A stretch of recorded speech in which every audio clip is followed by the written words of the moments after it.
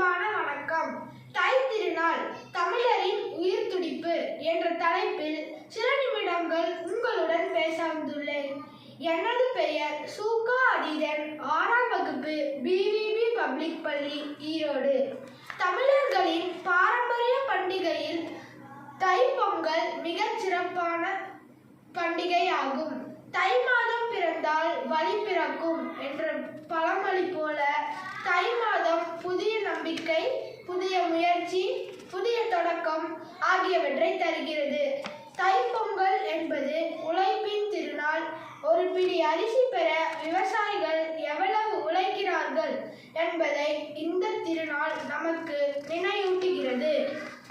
உழவர்களின் உழைப்பை மதித்து சூரியன், நிலம், நீர் ஆகிய இயற்கைக்கு நன்றி கூறும் நாள்தான் தைப்பொங்கல்.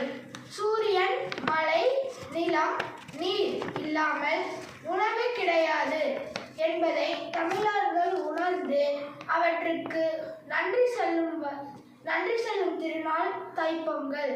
பொங்கல் நாளில் இயற்கைக்கு நன்றி சொல்லும் விதமாக முதல் நாள் சூரியனுக்கு புதிய அரிசியில் பொங்கல் வைத்து பொங்கலோ பொங்கல் என்று மகிழ்ச்சியுடன் கொண்டாடுகிறோம். அடுத்த நாள் மாட்டுப் பொங்கல். விவசாயிகளுக்கு தோழனாக இருந்து உழவுக்கும் உதவும் மாடுகளுக்கு நாம் நன்றி கூறும் வகையாக இத்திருநாள் கொண்டாடப்படுகிறது. இத்திருநாள் அன்று மாடுகளை அலங்கரித்து தமிழர்களின் நன்றியுணர்வின் அடையாளம். அதன் பின் வரும் காணும் பொங்கல். உறவுக்கும் நண்பர்களையும் சிந்தித்து மகிழ்ச்சியை பகிரும் நாள். இது குடும்ப பந்தங்களை வலுப்படுத்துகிறது. தை திருநாள் வெறும் பண்டிகை மட்டுமல்ல, உழைப்பு, இயற்கை அன்பு ஆகியவற்றை நமக்கு கற்றுத்தரும் வாழ்க்கை பாடம். இது உழைப்பை மதிக்கும் திருநாள், இயற்கையை நேசிக்கும் திருநாள்.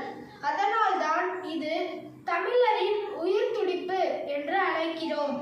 இன்றைய காலத்தில் நாம் தொழில்நுட்பத்தில் முன்னேறினாலும் நம் பாரம்பரியத்தையும் பண்பாட்டையும் மறக்காமல் பெருமையுடன் காக்க வேண்டும் என்று கூறி தை திருநாள் தமிழரின் உயிர் துடிப்பு என்று